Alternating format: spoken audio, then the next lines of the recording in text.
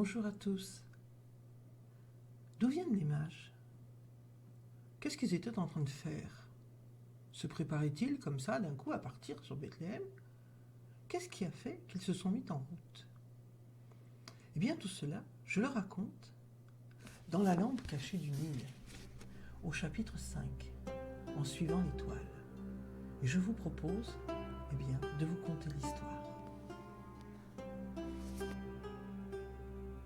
Par la fenêtre de l'imposante tour carrée, Melchior, vêtu d'un long manteau de soie pourpre, attaché à la taille par une ceinture tressée de fil d'or, se caressa sa grande barbe blanche aux boucles légèrement grisonnantes, tout en observant la route sinueuse qui s'étranglait au loin entre les montagnes, dont les sommets avaient reçu les premiers flocons de neige.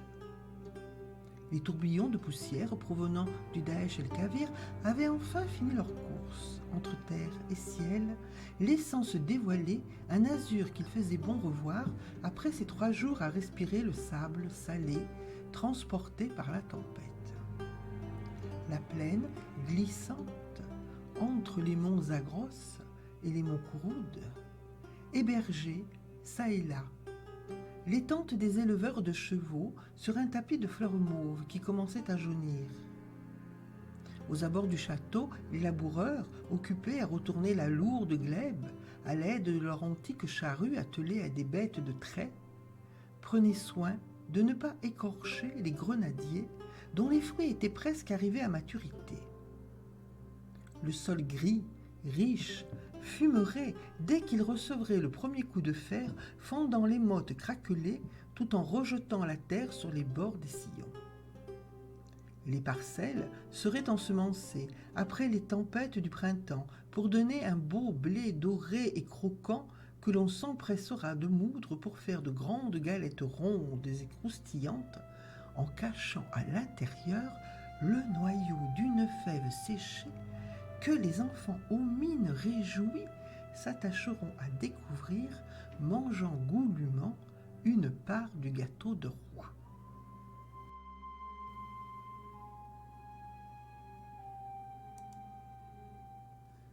Melchior était impatient de voir arriver Gaspard et Balthazar.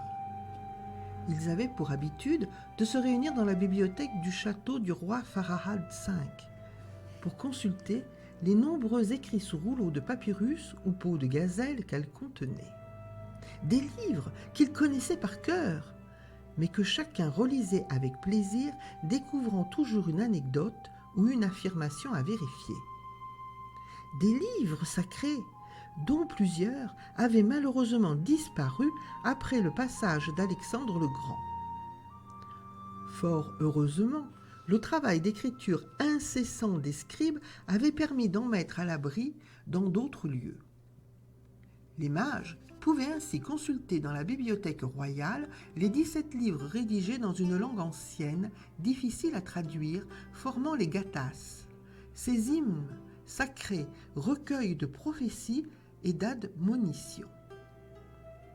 Le plus précieux était l'original Zend Avesta, rédigé à l'aide d'un fin bâton dont l'extrémité avait été trempée dans le feu pour tracer les lettres sur une peau de mouton qui fut longtemps conservée dans une arche de bois de cèdre.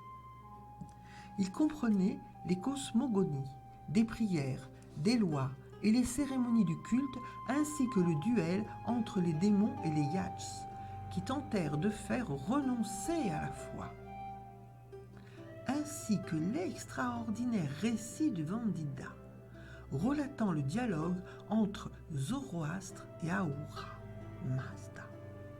L'âme vivante par ses flammes, toujours en mouvement et ô combien spirituelle, ayant conçu le soleil dont Hormuz est la manifestation. Mais il se trouvait également dans cette somptueuse bibliothèque des rouleaux de papyrus d'anciens écrits égyptiens, rapportés par des scribes à l'époque pharaonique, racontant les exploits de ces grands rois, aidés de plusieurs divinités, ainsi que le témoignage de la conception du monde par un Dieu unique, suivant la cosmogonie égyptienne. Parmi les écrits religieux, Il n'était pas rare de trouver des copies de lettres politiques, comme celle relatant la vie de l'État sous un roi que l'on disait hérétique, Akhenaton. Il se trouvait même des correspondances entre reines échangeant des conseils médicaux. Melchior avait lu avec beaucoup d'intérêt tous les échanges entre prêtres, médecins et astronomes, dont les témoignages servaient toujours aux études actuelles.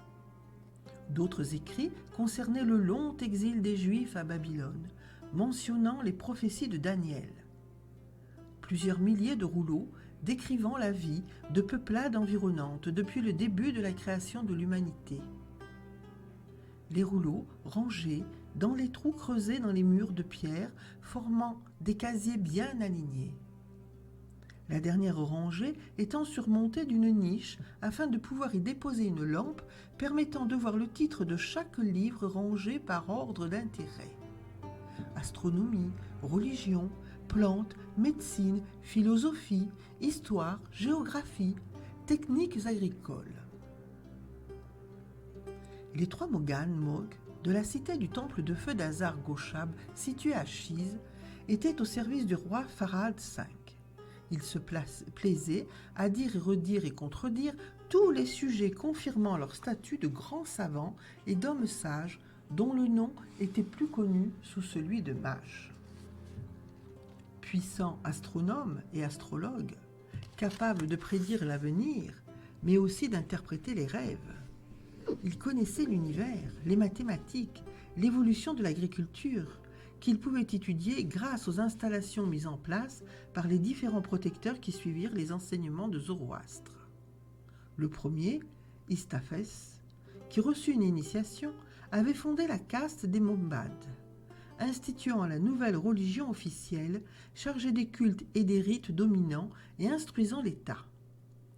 Le roi perse les écoutait, car les mages, riches et puissants, étaient avant tout les seuls capables de définir la morale qui devait mener l'humanité à travers les trois disciplines que sont la purification du corps et de l'esprit par la prière et le culte du feu, le travail de la terre qui engendre l'amour de la nature, et le combat qui permet d'être en permanence sur le qui-vive, c'est-à-dire toujours en éveil. Le zoroastrisme prônait un ensemble de jugements et de règles reposant sur le dualisme primordial, le bien et le mal, transcendance immatérielle provenant d'une force créatrice. Chaque être étant formé des deux esprits, celui du bien et celui du mal, devait se soumettre au rituel du feu et respecter la nature. Ainsi, celui qui adhérait à la justesse et à la vérité ne pouvait pas tomber dans l'erreur. Celui qui avait de bonnes pensées s'opposait à celui qui en avait de mauvaises. Mais surtout, celui qui était saint d'esprit ne pouvait pas devenir un destructeur. Le pire péché étant le mensonge. Aussi les mages, qui se devaient d'être irréprochables, garantissaient que leurs dirigeants soient sans aucun défaut. Unis au roi, ils étaient des gardiens veillant sur l'équilibre de l'association, religion et État. En suivant la déclaration du roi sassanide Ardacher à son fils Chapour Ier, « Ô mon fils, la religion et l'État sont sœurs. Elles ne peuvent pas survivre l'une sans l'autre. La religion est le contrefort de l'État, et l'État est son protecteur. Et ce qui est privé de son support s'écroule, et ce qui n'est pas défendu est perdu. » La cité, ronde comme le soleil, n'ayant ni hauteur ni racine, qui a toujours été et qui sera toujours, était enfermée par une grande muraille de briques de terre s'ouvrant sur un seul côté par une large porte affublée de petites tours où des sentinelles veillaient jours et nuits. La cité-forteresse protégeait avant tout le saint des saints du temple. Hormuz, le créateur de la lumière. Dès leur arrivée, Balthazar et Gaspard, s'était rendu sur le lac, dessinant un cercle se trouvant au cœur de la ville d'où émergeait le parvis du sanctuaire, dessiné, lui, en demi-cercle. De là, s'élevait un bâtiment carré soutenu par 4 colonnes cannelées représentant les 4 points cardinaux, recouvert d'une coupole de verrerie bleue surmontée d'un croissant de lune d'or. Les Perses gagnaient en force et en sagesse par le feu Attar et l'eau Aban, lien unissant le roi au peuple par les éléments naturels. Le feu, étant devenu le symbole concret de la lumière divine, n'était pas un dieu qu'il fallait honorer comme par les pratiques du culte de Mitra, ni diviniser par les sacrifices ou des beuveries de poissons enivrantes comme le hauma. Le feu se formait par la grâce de la volonté du Verbe sous forme d'action. Il engendrait une réaction comme le sont les symboles de foi dont l'expérience demande une participation du corps et pas seulement de l'esprit. Le feu sacré, déposé dans un vase de bronze sur une margelle de pierre, brûlait jour et nuit sans interruption. 5 fois par jour, les prêtres vêtus d'une tunique blanche entraient dans la dharam pour réciter les passages de l'Avesta. Afin de ne pas souiller le feu de leur haleine, les officiants portaient un masque d'une étoffe immaculée sur le visage. Ce jour-là, l'atmosphère était tendue, chacun s'observant, car le roi présiderait la cérémonie. Le souverain pénétra dans la pièce sacrée et se comporta comme un simple prêtre. Il fit les ablutions et mit la tunique blanche et le masque d'étoffe, puis commença la cérémonie. Il s'approcha du vase de bronze, leva les mains vers les flammes en disant « Upata, Ukta, Uvarshta » Bonne pensée, bonne parole, bonne action. Ô divin Seigneur Hormuz, me voici. Je me suis dépouillé, j'ai tout sacrifié à mon peuple pour que les hommes soient libres et les femmes fécondes. J'ai obéi à ta voix. Ahura Mazda, Ahura Mazda, reprirent en chœur les officiants, décrivant un cercle autour de la flamme qui ne s'éteint jamais. Ils balançaient le haut de leur corps tout en tenant leurs pieds joints et ne quittaient pas des yeux le sol pendant que le roi s'exprimait. Après plusieurs incantations, un assistant jeta du sable mystérieux dans le feu qui se mit à pétiller. C'est alors qu'un grondement venu du ciel s'abattit sur la coupole de verre, provoquant les cris épouvantés des prêtres. Melchior avait rejoint l'assemblée et se tenait debout aux côtés de Balthazar et de Gaspard. Étant les seuls à croiser le regard du roi, le sage déclara « Je m'incline devant toi qui est assis sur un trône d'or soutenu par les 3 animaux sacrés, le taureau, le lion et l'aigle. » Puis, il s'adressa à l'assemblée. « Voulez-vous savoir le destin de notre race? Alors, observez. » Tous levèrent les yeux vers le ciel et furent transportés en esprit dans les temps futurs. Ils virent un enfant couronné de lumière, dont le cœur sanguinolent laissait tomber des perles précieuses sur la terre qui grossissaient au fur et à mesure qu'elle s'approchait des hommes, jusqu'à recouvrir la totalité de la terre et des mers. Soudain, un dragon apparut, voulant dévorer l'enfant. Un vieil homme courageux s'arma d'une lance et transperça le monstre. Aussitôt, le flot d'une source pure inonda l'humanité, répétant sans cesse les lettres du verbe aimer. Après les invocations et les prières, le roi se retira et engagea les mages à s'exprimer dans une autre pièce située en retrait du lieu sacré. « Parle, Melchior, le plus ancien de mes mages, qui a appris la sagesse au prix des âges. Et toi, Gaspard, le plus jeune, ami fidèle, en qui reposent mes espoirs.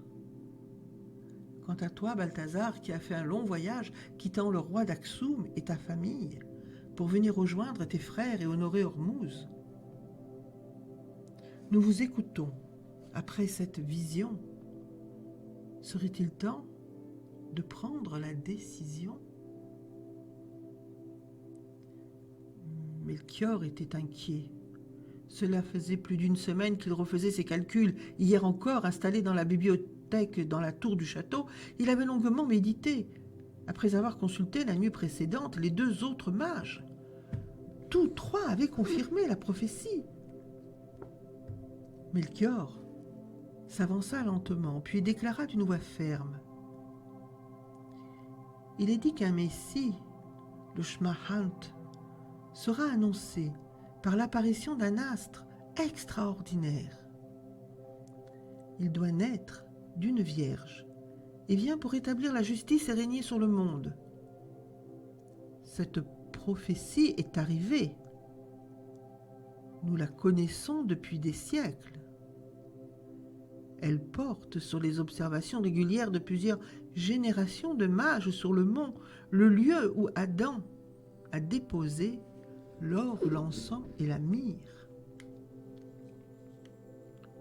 Le prêtre principal, qui les avait suivis, resta silencieux.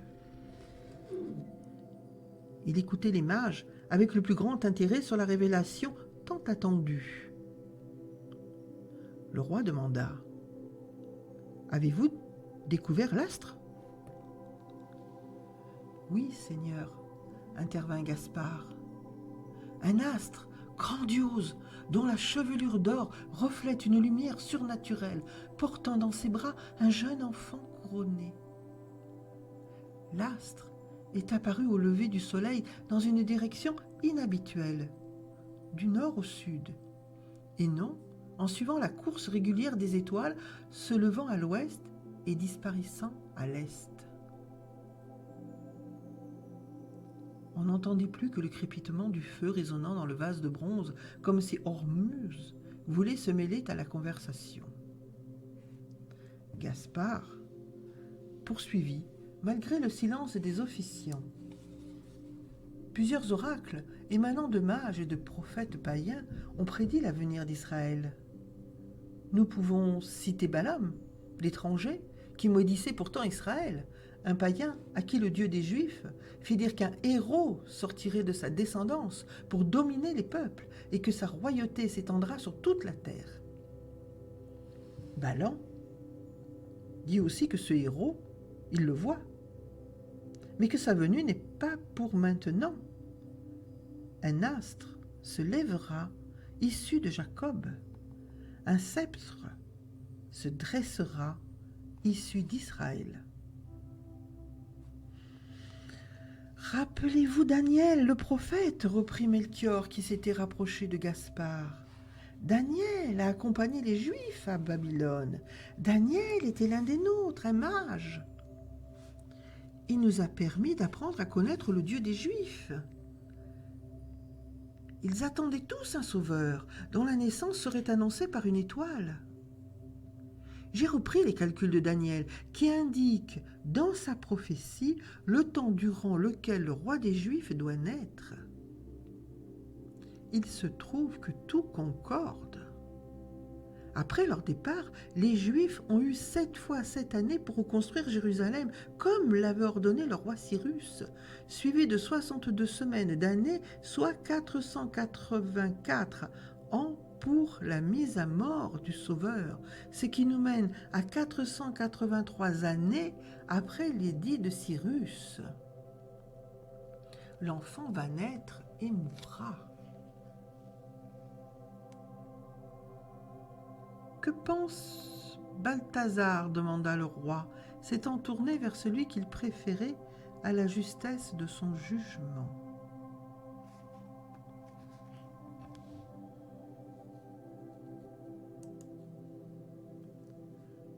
« Je suis du même avis que mes frères.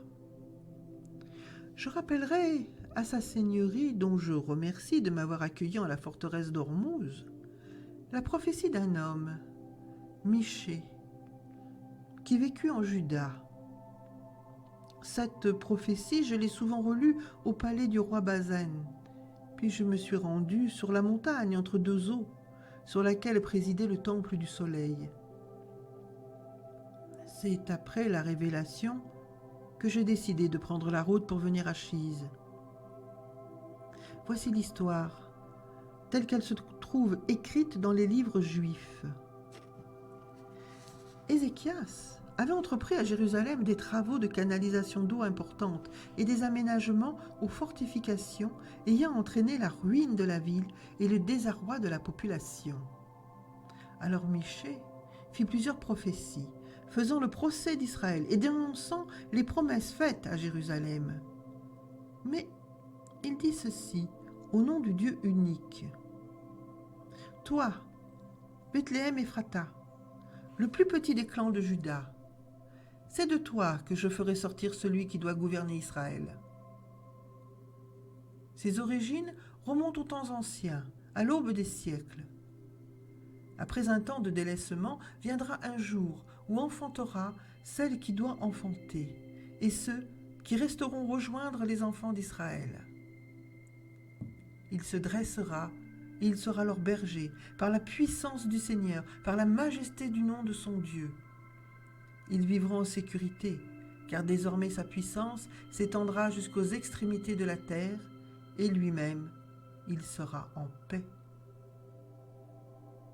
Qu'il en soit ainsi, ordonna le roi Farad. Vous irez et rapporterez la réponse aux 3 métamorphoses de l'esprit. Comment l'esprit devient chameau? Comment l'esprit devient lion? Et comment, enfin, le lion devient enfant? Un enfant qui dort d'un sommeil profond, réveillant le monde, en prise à ses douleurs, pour l'emmener dans la joie éternelle.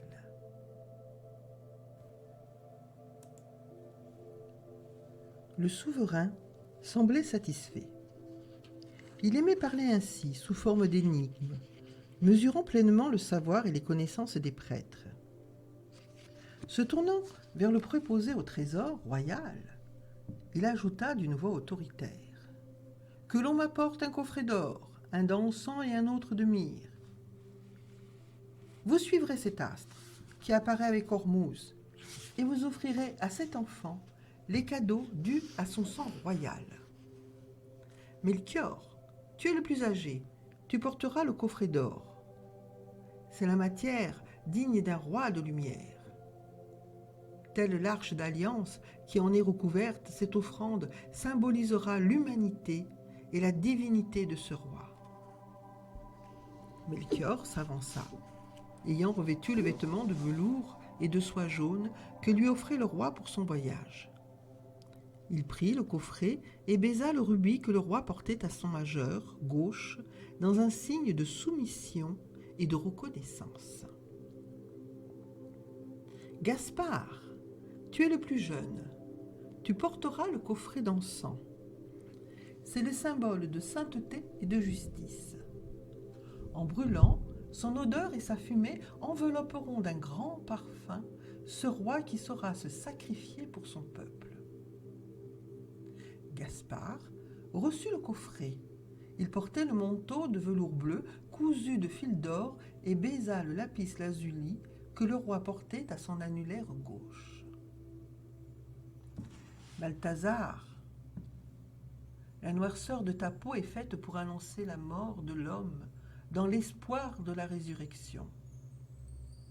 Tu porteras la myrrhe, symbole de souffrance, d'amertume et d'affliction. Par ce don, ce roi se souviendra que par la douleur de donner sa vie, il va sauver des âmes. Balthazar accepta le coffret contenant la myrrhe. Il fut habillé d'un vêtement vert, ourlé de fils d'argent. Puis, il s'approcha du roi, qui lui tendit sa main droite, non baguée, qu'il baisa avec affection et respect.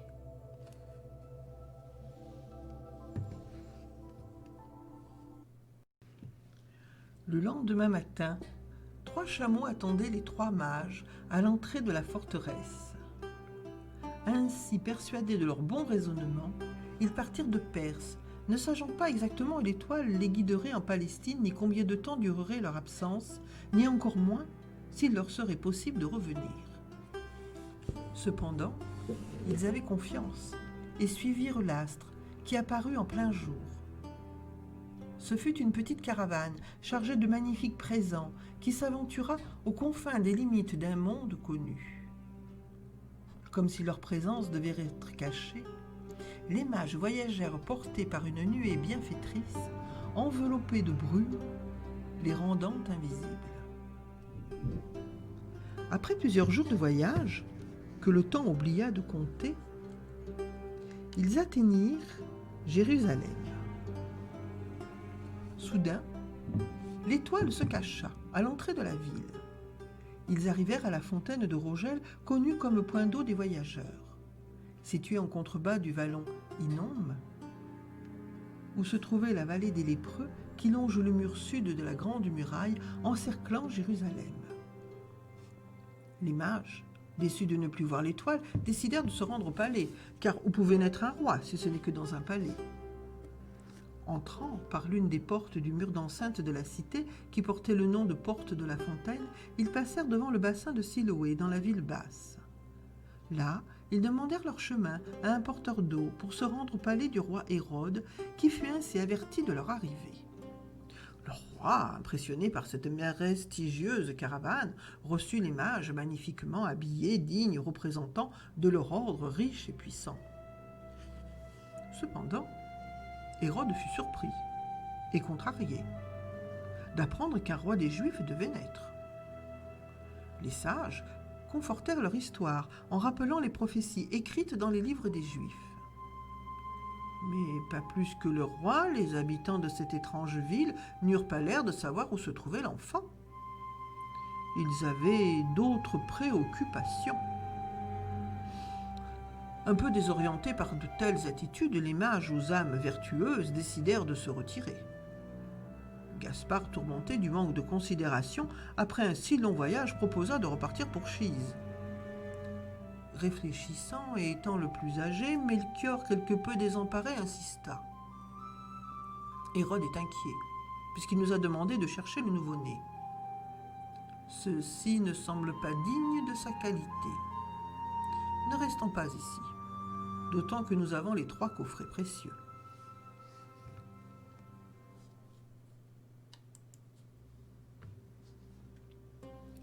Pendant qu'ils rassemblèrent leur paquetage, l'étoile réapparut plus au sud, en direction de Bethléem. Ils se remirent aussitôt en marche. Déjà, ils avaient dans le cœur un sentiment qu'ils n'avaient jamais éprouvé, une joie frétillante, qui semblait ne pas vouloir les quitter alors qu'ils auraient dû être inquiets. Au plus ils s'approchaient de Bethléem, au plus le ciel semblait habité par une force émanant de l'étoile devenue familière, mais dont ils ne connaissaient pas encore le nom. Arrivant sur Bethléem, ils aperçurent des bergers chantant au sommet d'une petite colline, appelant leurs moutons égarés. Cependant, les paroles n'étaient pas une complainte, mais une allégorie remplie de joie et de bienveillance. Gloire à Dieu dans les cieux. Les mages suivirent l'astre jusqu'à l'entrée d'une grotte transformée en étable, où un âne et un bœuf apportaient un peu de tiédeur en cette nuit d'hiver. En ce lieu se trouvait une femme, du nom de Marie, tout de bleu vêtue, serrant un nouveau-né dans ses bras. Alors que son mari, Joseph, un homme plus âgé, portant une barbe grisonnante, se tenait la tête entre les mains. Adossé à la paroi rocheuse, il semblait engourdi par ses pensées, comme absorbé dans un songe, regardant le sol, où de ses pieds nus, il caressait la terre.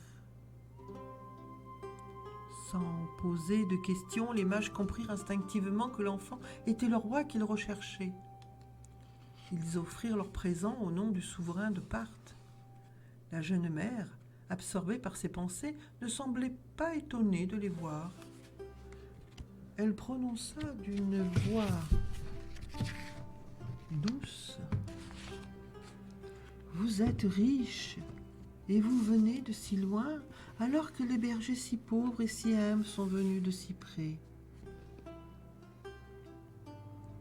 Gaspard, le plus jeune des mages, s'agenouilla et proclama : Nous sommes riches, il est vrai, mais c'est modestement que nous venons adorer cet enfant dont la naissance a été annoncée depuis plusieurs siècles.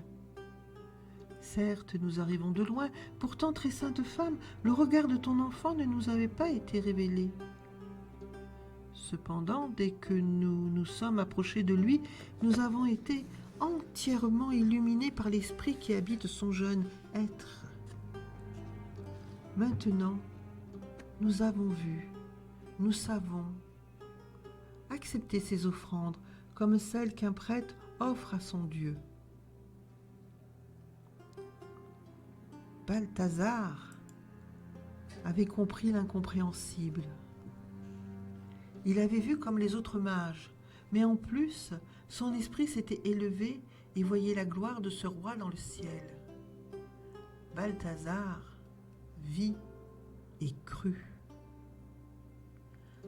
Avant de repartir, il s'entretint avec Joseph, fort inquiet d'apprendre que Hérode cherchait l'enfant. « Joseph, as-tu compris ce que j'ai compris ?» « Oui. Dès l'instant où l'ange me demanda de prendre Marie chez moi, sans avoir posé de questions, j'ai accepté l'inconcevable. Un mystère divin entoure la naissance de Jésus. Nous allons partir pour Jérusalem pour présenter l'enfant au temple. Faites bien attention à vous. Hérode vous fera arrêter. Pour la sécurité de l'enfant, nous avons rompu notre charte en professant un mensonge. Joseph, promets-moi de laisser une trace de vos déplacements, insista Balthazar. Bien. Je pense que je vais écrire les événements tels qu'ils vont se produire dans la vie de Jésus. Pour que l'on puisse les atteindre, tu devras chaque fois déposer un indice, comme une étoile gravée à 16 raies d'argent. Ce sera le signe de reconnaissance que nous transmettrons aux mages. Un jour, celui qui retrouvera tes écrits connaîtra la vérité sur l'histoire de cet enfant au cœur divin. Cependant, je dois te révéler ce que nous avons vu pour ce prince, selon la vision qu'Ormuz nous a envoyée. D'abord, il sera l'œil du monde, car ton fils a plusieurs cœurs. Il a un cœur d'enfant qui l'emportera loin d'ici. Malgré son innocence, il transpercera le cœur des dieux païens qui portent les bosses du bien et du mal, comme celle du chameau sur son dos. Il a un cœur d'adulte qui l'animera, comme le lion se battant avec force et douleur pour conduire les hommes et des femmes à sa suite. Enfin, sache que ton fils a un troisième cœur, celui du Verbe créateur, qui vit et règne au ciel. Tous ceux qui auront foi en lui recevront la paix éternelle. Les mages, se réjouissant de cette foi naissante, repartirent par un autre chemin. Ils se rendirent à Engadi, auprès de la communauté des Essaïas, les médecins esséniens, qui leur proposèrent de passer la nuit dans une grotte en contrebas de leur village. Déjà dans le ciel, on pouvait apercevoir les 3 étoiles, les 3 rois, formant la ceinture d'Orion, veillés sur le lion de Judée.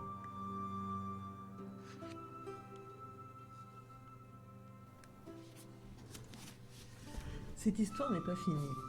Si vous voulez retrouver l'étoile aux 16 oreilles d'argent, eh bien je vous propose de lire mon roman, La lampe cachée du Nil. C'est une histoire formidable qui ne se passe pas toujours à l'époque des rois mages. Non, on voyage dans le temps, dans des pays magnifiques, mais aussi on fait certaines révélations. Sur cette diapositive, vous avez justement plusieurs indications. Où elle a bien pu passer cette étoile aux 16 oreilles d'argent? rendez-vous sur mon livre, mais rendez-vous aussi sur YouTube, où je vous laisse quelques indications sur le voyage de la Sainte Famille. Vous avez ici l'adresse de mon site, de mon blog. Je vous souhaite une belle fête de l'Épiphanie et merci pour votre écoute. À très bientôt.